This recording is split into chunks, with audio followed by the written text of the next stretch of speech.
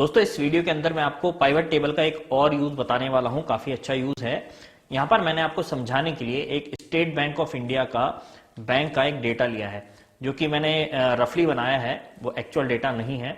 तो वहां पर मैं आपको कुछ चीजें सिखाऊंगा, जैसे कि वहां पर अलग अलग ब्रांचेस हैं, अलग अलग ब्रांचेस के अलग अलग एक्सपेंसेस होते हैं। तो पाइवट टेबल की हेल्प से हम एक समरी रिपोर्ट कैसे जनरेट कर सकते हैं उस डेटा की, आइए इस वीडियो में मैं आपको बताता हूं। दोस्तों यहाँ पर मैंने स्टेट बैंक ऑफ इंडिया की एक्सपेंस रिपोर्ट ली है। यहाँ पर पहले मैं आपको डेटा समझा देता हूँ कि ये डेटा क्या है। देखिए यहाँ पर मैं क्लिक करता हूँ तो यहाँ पर 17,000 एंट्री हुई हुई है एक्सपेंसेस की, और स्टार्टिंग में है स्टेट का नेम। यहाँ पर आ गए हैं ब्रांचेस के नाम, जो स्टेट बैंक की अलग अलग ब्रांच है। जैसे कि दिल्ली के अंदर हो सकता है 5 ब्रांच हो, 6 ब्रांच हो, और उसके आगे उसका खर्चा आ गया है। यहाँ पर रिपेयरिंग में, टेलीफोन में, स्टाफ वेलफेयर में कितना कितना खर्चा हुआ है वो यहाँ पर आ गया है। और अब मुझे इससे ये रिपोर्ट निकालनी है कि मान लीजिए दिल्ली है, दिल्ली के अंदर स्टेट बैंक की 6 ब्रांच में कितना खर्चा हुआ है, टोटल कितना खर्चा हुआ है, और जो 6 ब्रांच है उनके अंदर हर एक ब्रांच में कितना खर्चा हुआ है, और जो एक्सपेंसेस है उसके अंदर हर एक ब्रांच में कितने अमाउंट का एक्सपेंस हुआ है।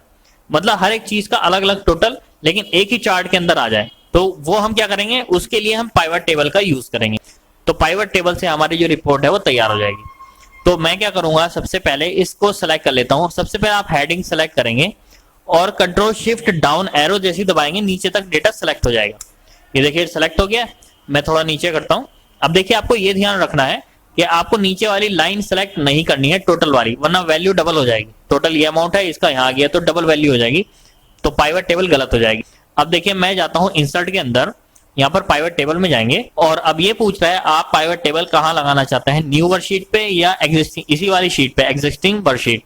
तो मैं चाहता हूं कि एक नई शीट के अंदर ये रिपोर्ट बनकर आ जाए। ओके कर देंगे तो नई शीट खुल गई है, यहाँ पर शीट 2। अब यहाँ पर कुछ ये इस तरह का आ गया है। अब यहाँ पर आपको ये सोचना है कि आपको सबसे पहले क्या चीज चाहिए। जैसे कि मैं चाहता हूं कि स्टेट वाइज आ जाए, कौन सी स्टेट के अंदर कौन सी ब्रांच है। तो पहले स्टेट चाहिए, स्टेट का नेम मैंने इसको ड्रैग किया यहाँ पर, और यहाँ पर इस कॉलम में छोड़ देंगे। तो सबसे पहले देखिए यहाँ पर लिस्ट आ गई है। ये जो डेटा है ये मैंने अपने अकॉर्डिंगली वैसे ही बनाया है एग्जांपल के लिए, एक्चुअल डेटा नहीं है ये स्टेट बैंक का। तो यहाँ पर क्या है, स्टेट बैंक की लिस्ट आ गई है, कौन कौन से राज्य के अंदर ये स्टेट बैंक खुला हुआ है। अब मैं चाहता हूँ इसके अंदर जो ब्रांचेस हैं वो पता चले, तो मैं ब्रांच का ये कॉलम पकड़ के इसको यहाँ पर छोड़ दूंगा। इसके आगे इसकी ब्रांच आ गई है। दिल्ली के अंदर ये 3 ब्रांच है, हैदराबाद में ये 3 ब्रांच है। इसी तरह से अब मुझे चाहिए इसके आगे एक्सपेंसेस का हेड, तो एक्सपेंस का हेड पकड़ के इसको मैं यहाँ छोड़ दूंगा।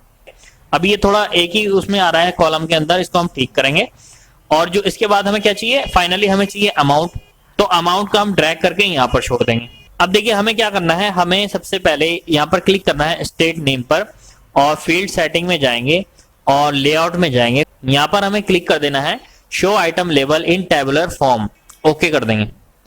उसके बाद ब्रांच नेम पर जाएंगे और इसमें जाकर लेआउट में जाएंगे और टेबुलर फॉर्म कर देंगे और ओके।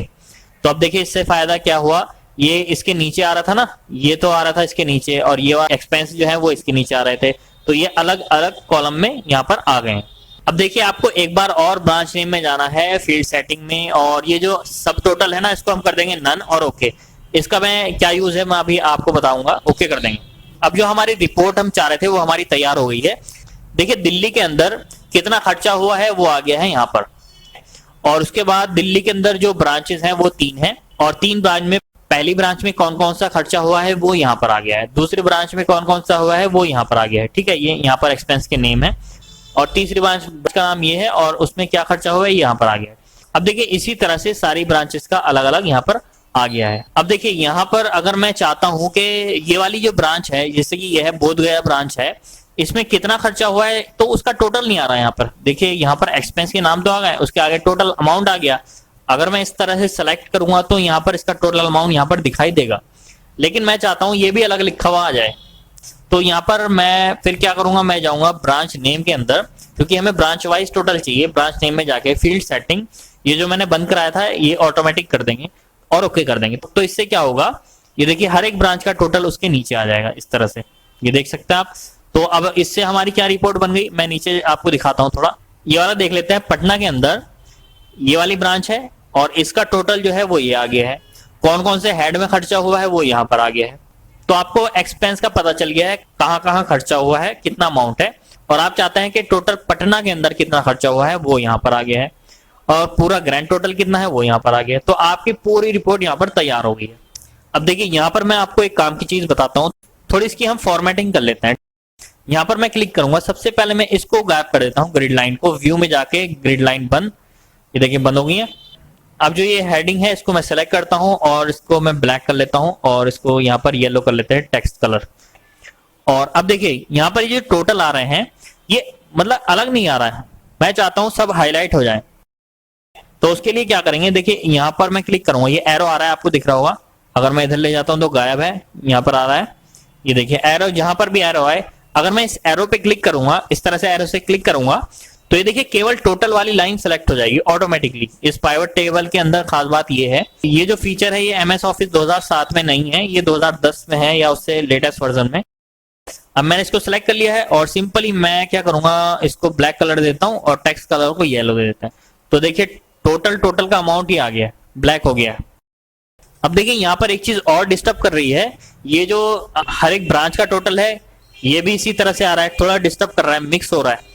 तो मैं चाहता हूं इसका भी कलर अलग हो जाए। यहाँ पर हम क्लिक करेंगे, एरो आ गया, एरो आ जाना चाहिए। क्लिक करूंगा तो ये केवल टोटल का अमाउंट सेलेक्ट कर देगा। देखिए केवल इसने ये वाला टोटल लिए हैं जो ब्रांच के टोटल है, क्योंकि मैंने ब्रांच पर कर्सर रख रखा था और क्लिक किया इस तरह से एरो से। और अब मैं क्या करता हूँ, एक कलर देता हूँ, इसको हल्का सा कलर देते हैं, लाइट वाला, ये वाला देते हैं। ओके, बाहर क्लिक कर देंगे तो देखिए अब मुझे पता चल गया है कि ब्रांच टोटल का ये है और ग्रैंड टोटल ये है हर एक स्टेट का। इस तरह की हमारी रिपोर्ट आ गई, तो इजीली ये समझ में आ जाएगी। और यहाँ पर जो है ब्रांच के हिसाब से यहाँ पर उसके खर्चे आ गए। अब देखिए मैं थोड़ा सा आपको और समझा देता हूँ उसको। यहाँ पर क्लिक करेंगे तो यहाँ पर ऊपर कुछ ऑप्शन आ जाएंगे। देखिए बाहर अगर मैं क्लिक करता हूँ तो यहाँ पर ऑप्शन गायब हो जाएंगे और यहाँ पर मैं क्लिक करूंगा तो ये ऑप्शन आ गए। अब मैं जाता हूँ डिजाइन के अंदर। अब देखिए यहाँ पर ये जैसे दिल्ली है, दिल्ली के नीचे ब्लैंक एरिया आ रहा है। जब हमें कभी फिल्टर लगाना होगा इसके अंदर तो उसमें क्या होगा, फिल्टर में ये ब्लैंक एरिया ले लेता है तो इसलिए काम नहीं करता सही करके। तो हम क्या करेंगे, इसको रिपीट कर देंगे। रिपीट करने के लिए ये है ना रिपोर्ट लेआउट, इस पर हम क्लिक करेंगे और इसके नीचे है रिपीट ऑल आइटम लेबल। मैं जैसे इस पे क्लिक करूंगा तो ये देखिए सारे के सारे ये हमारे नेम जो है रिपीट हो जाएंगे उसके अंदर, जहां तक का है ये वहीं तक का रिपीट होगा। और देखिए यहाँ पर थोड़ा अलाइनमेंट गड़बड़ हो जाए तो इस पर क्लिक करेंगे और सेंटर कर देंगे इसको। और देखिए अगर आपको ये हटाना है तो दोबारा डिजाइन पर क्लिक करेंगे और इसको हम यहाँ पर डू नॉट रिपीट कर देंगे तो ये रिपीट हमारा बंद हो जाएगा। अब यहाँ पर मैं आपको एक चीज और बताता हूँ। देखिए यहाँ पर है ऑप्शंस का एक बटन, इस पर हम क्लिक करेंगे और जो मैंने ये एरो आ रहा है ना, ये वाला सिलेक्शन वाला, इसको अगर हटाना है तो सेलेक्ट में जाकर अनेबल सिलेक्शन जो है ना, इसको यहाँ पर क्लिक करेंगे तो डिसेबल हो जाएगा। अब यहाँ पर अगर मैं कर्सर लेके जाऊंगा तो ये एरो का बटन नहीं आएगा, आप इसको सेलेक्ट नहीं कर सकते हैं क्योंकि ये भी डिस्टर्ब करता है ना। जैसे कि मैं इसको अनेबल कर देता हूँ तो मैं कहीं भी जैसे क्लिक कर रहा हूँ, गलती से ऐसे क्लिक हो जाता है, देखिए इसने सेलेक्ट कर लिया है तो ये डिस्टर्ब भी करता है। तो आप यहाँ से काम हो जाने के बाद, फॉर्मेटिंग हो जाने के बाद इसको बंद कर सकते हैं यहाँ से।